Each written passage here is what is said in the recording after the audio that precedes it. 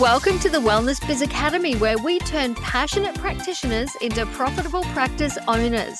I'm Cass Duffill, corporate business strategist and naturopath, showing you how to build a thriving practice with simple, proven systems that work.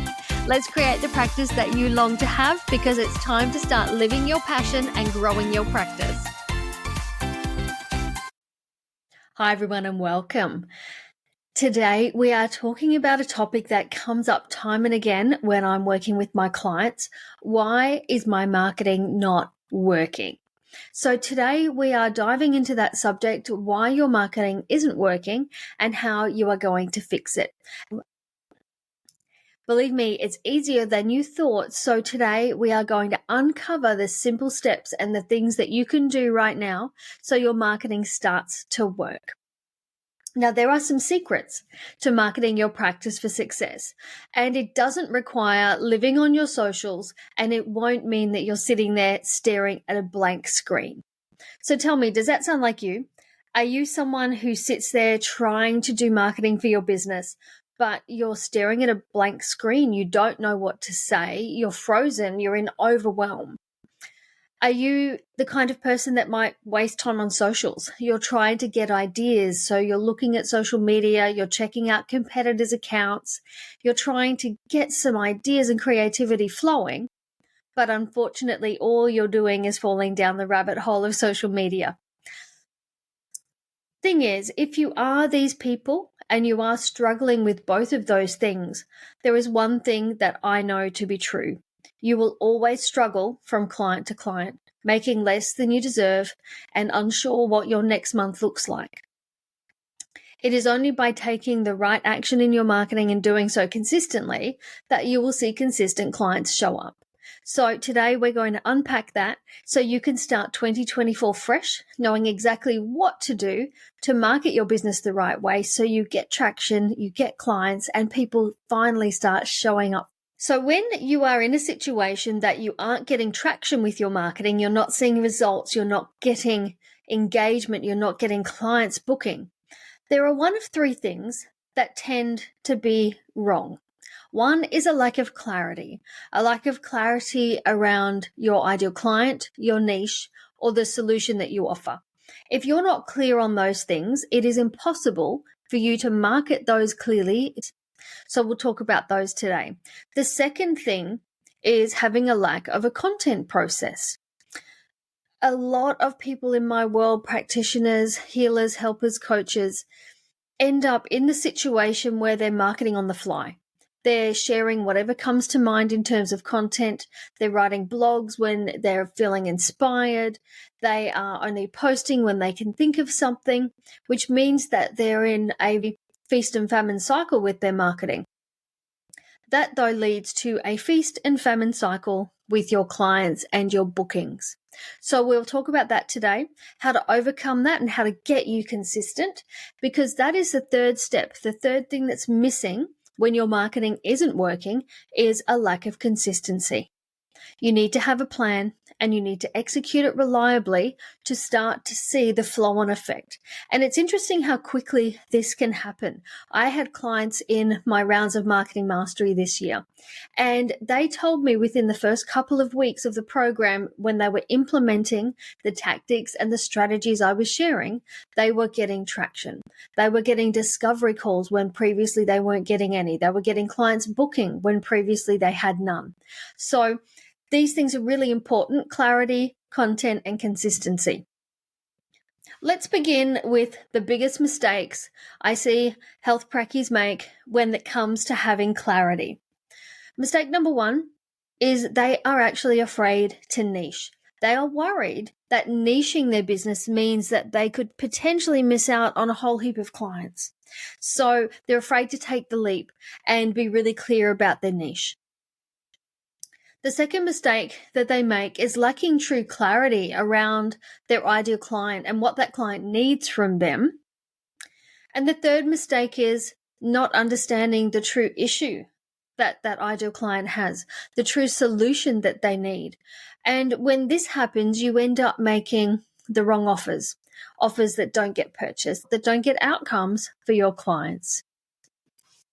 So let's dive into clarity a little bit more. And let me ask you a few questions. I want you to think about these and start making a checklist in your mind of the things that you need to go and address in your business. And the first one is, are you actually clear on who your ideal client is? These days, we live in a very cluttered digital online world, which means it's more important than ever to have a clear niche. A clear niche will help you stand out. It will help you be seen. The second area that you need clarity on is, what is their problem? What is the big issue that your client wants to solve? Think about what is keeping them up at night. What is running around their head? What is that nagging issue that they just wish they could have fixed? And then it's about you being clear about how you can solve their problem. What solution does this particular client need, and how can you deliver it for them in the best way?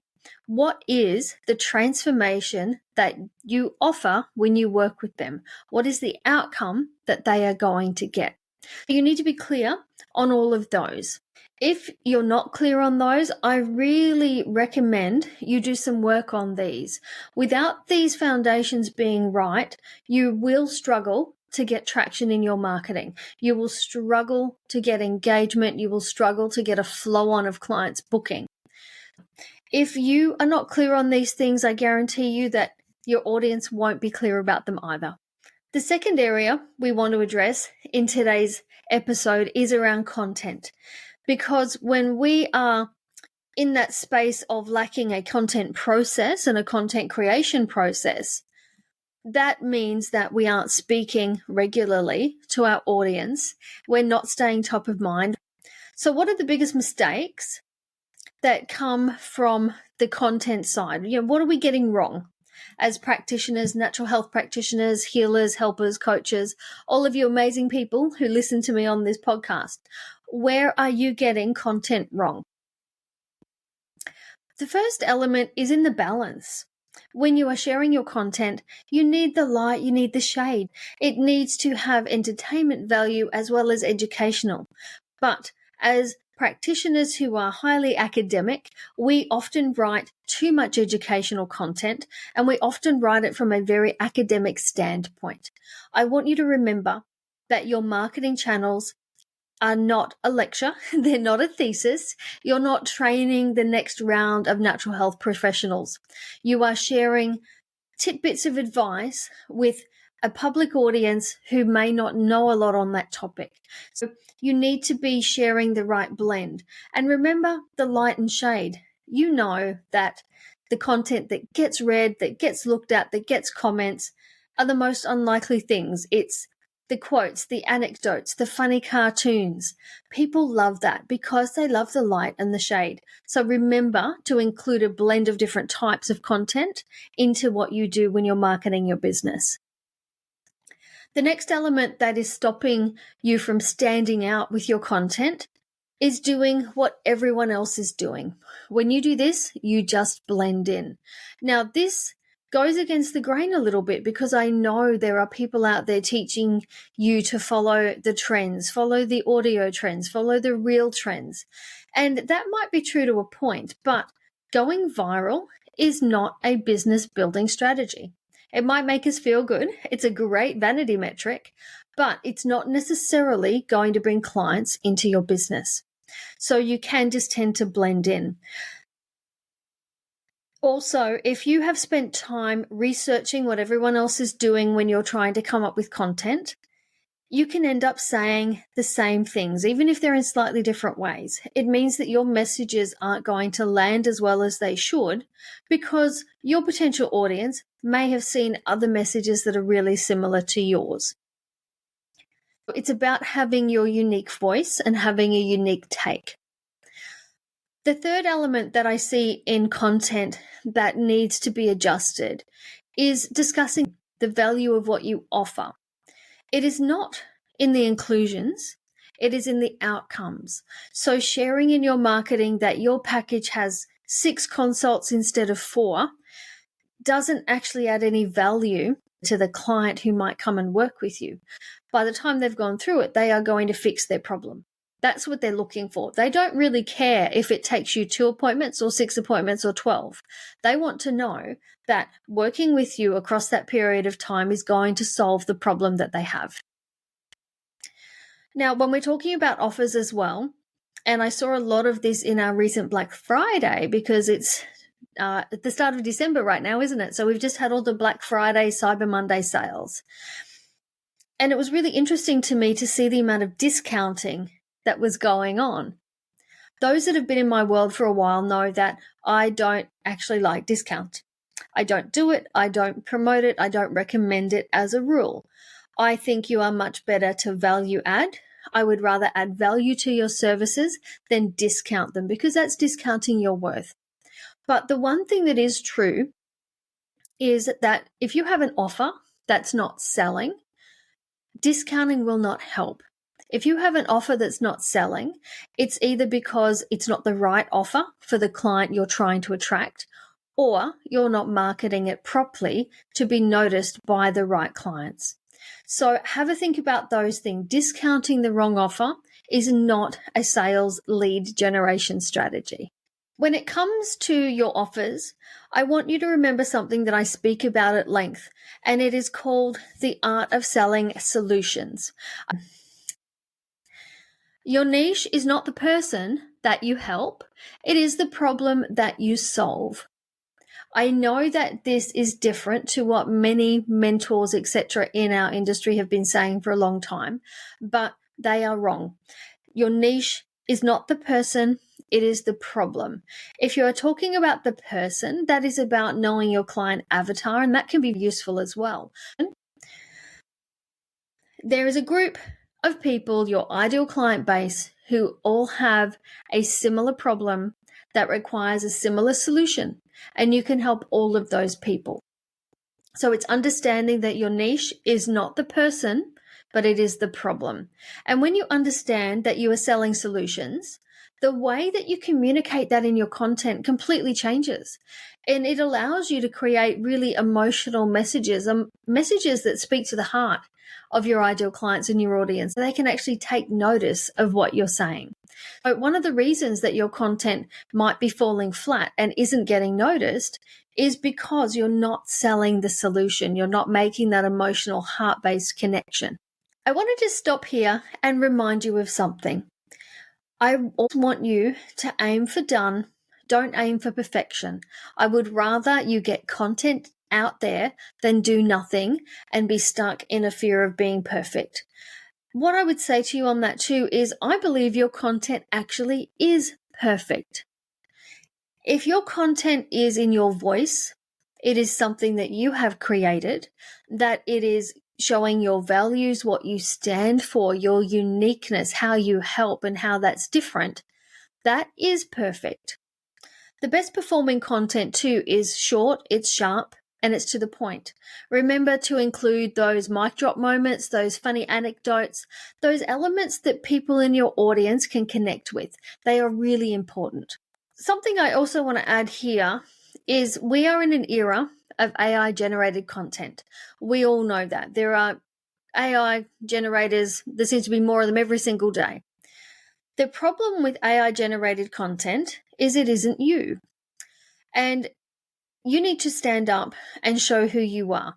And it's never been more important because it is so easy now for every business to flood their feeds and flood their platforms with content that is AI generated. The thing is that content falls flat. It doesn't get traction. And I think soon they will see that it's not working. The other problem you've got is that an AI can replicate any of your value posts in milliseconds.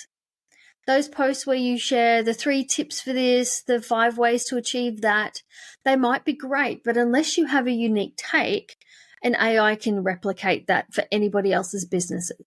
So I think it's important that you can stand your ground, be who you are, share your values, and share your unique perspectives. It's how you're going to stand out. If anyone is using AI to generate content, I implore you to have a look at that in depth because I think it has a great place in brainstorming and it might help you with some ideas. But what I have seen from a number of businesses is that engagement rates are lower, traction is less when it's AI-generated content. So do be watchful, be mindful of that. So how can you fix problems with your content? There's 3 things I think you can do here. One is having content pillars. And you've probably heard me speak about these before. Content pillars are essentially umbrella topics that suit your niche, that they align with what you offer and what you do and how you help. And what these do is give flow and purpose to your content. So it means that you won't be talking about one particular topic one week and the next week something completely different. Your content will then have a flow that your audience can see, they can relate to, and they can rely upon. Next, to fix your content problems, you really need to know your zone. And this is those clarity elements we talked about in the beginning. Your ideal client, who you help, why you help them, how you do it. When you know these things, you can stay in your lane. You can put your blinkers on and go about running your business and marketing your business without being worried about what your competitors are doing. You won't be dragged down into comparisonitis. You are just staying your course, living your truth, and helping your people. If you are here still thinking, right, I know my ideal client, I know the niche that I'm working in, I know the solution that I offer, but I'm still stuck. I'm sitting here staring at a blank screen. I've got Canva open, or I've got my Excel spreadsheet open, and there is nothing coming. What do I do? How do I fix this? I call this the secret sauce. Adding the secret sauce to what you are sharing in your content is going to make people stand up and take notice. The truth of the matter is, no one is scrolling social media or Googling for blogs in the hope of finding a natural health practitioner. What they're looking for is a solution to their problem. What are the natural remedies for menopause? How can I treat my migraines naturally? They're putting in terms like that. And what that tells us is our ideal clients are looking from a very self-focused perspective of what is in it for me. They're looking for the transformation that they're going to get out of working with you. They're looking for the solution that you offer. So the secret sauce is that you need to tell them about how you're going to fix their problem, not about how many consults they're going to get, not about the freebies you're going to throw in, how you're going to fix their problem, how you're going to get them from A to B. Remember here that people buy what they need. They don't buy what they want. They buy based on emotion. They buy based on heart. And then they justify that decision with the rational elements, such as it was a great price, or I got a bonus meal plan, or I got this amazing recipe book. Okay, so they're going to buy what they need, not what they want. So you need to be remembering this from your client's perspective. If you are putting out content piece after content piece all about you, the qualifications that you've got, how long you've been practicing, how your package has 6 consults when the average practitioner only has 4, how you are open on weekends and it's so available to people. Those are benefits, don't get me wrong, but it's not what the average person is looking for. You need to be leading with the transformation for their problem, how I'm going to help you, and then using things like your availability, your credentials, your experience to further garner that trust and credibility so they know they've made the right decision. I call these magnetic messages. Magnetic messages are about giving them an emotion. Remember what we said before? People don't remember what you say, but they remember how you made them feel. So you want your message to hit home with them so they remember it. When emotion kicks in, they will put a memory to it. So let your ideal clients see themselves in the content that you're putting out there. And remember to switch the perspective here. Your content always has to be crafted from your audience or your ideal client's perspective, not from your own point of view. An example of this would be when I was running the clinic, and I worked predominantly in those early years in gut health.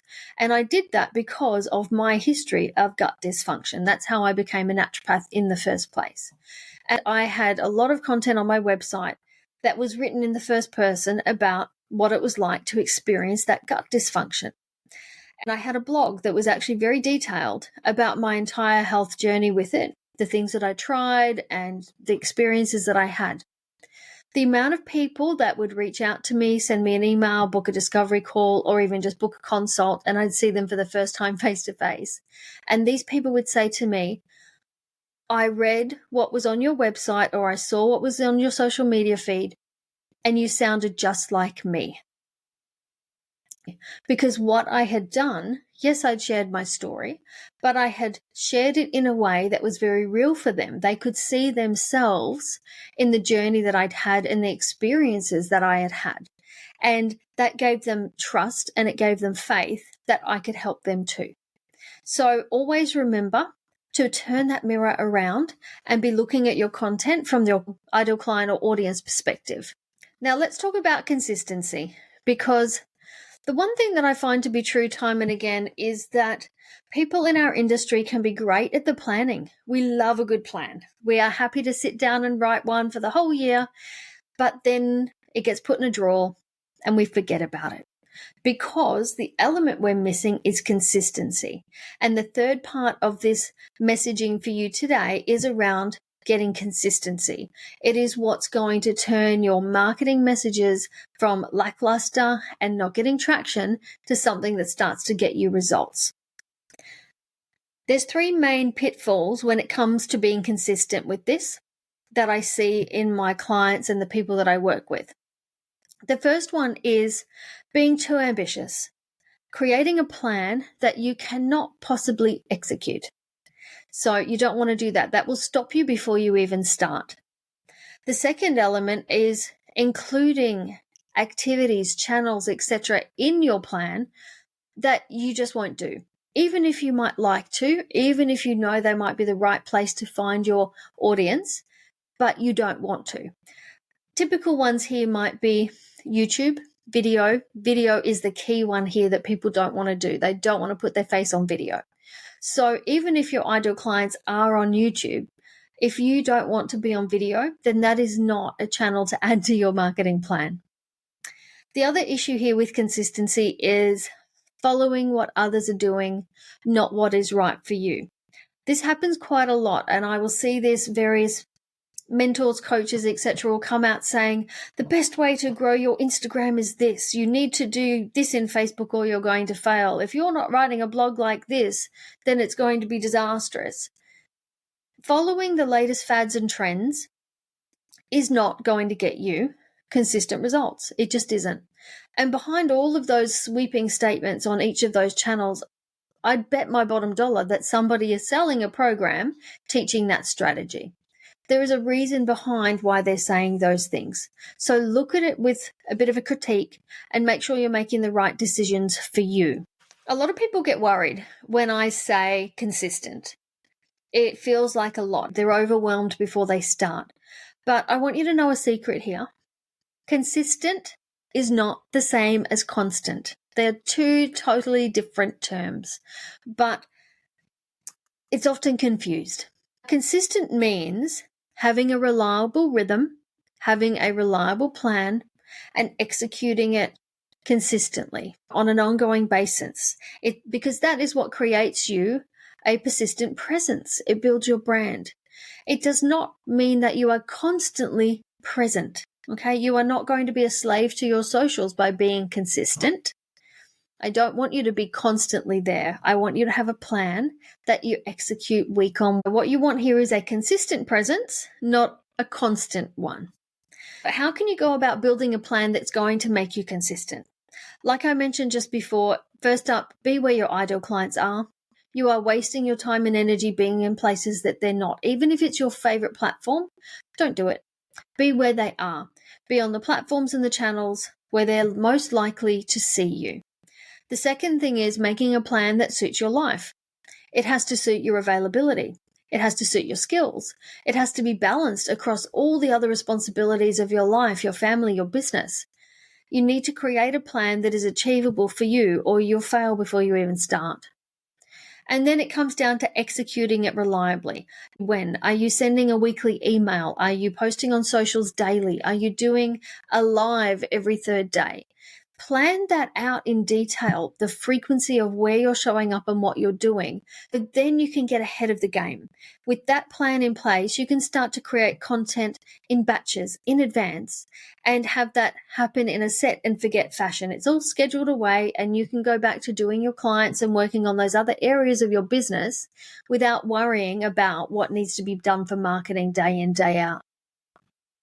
As we come to the end of today's episode, I just want you to take a minute here and have a think.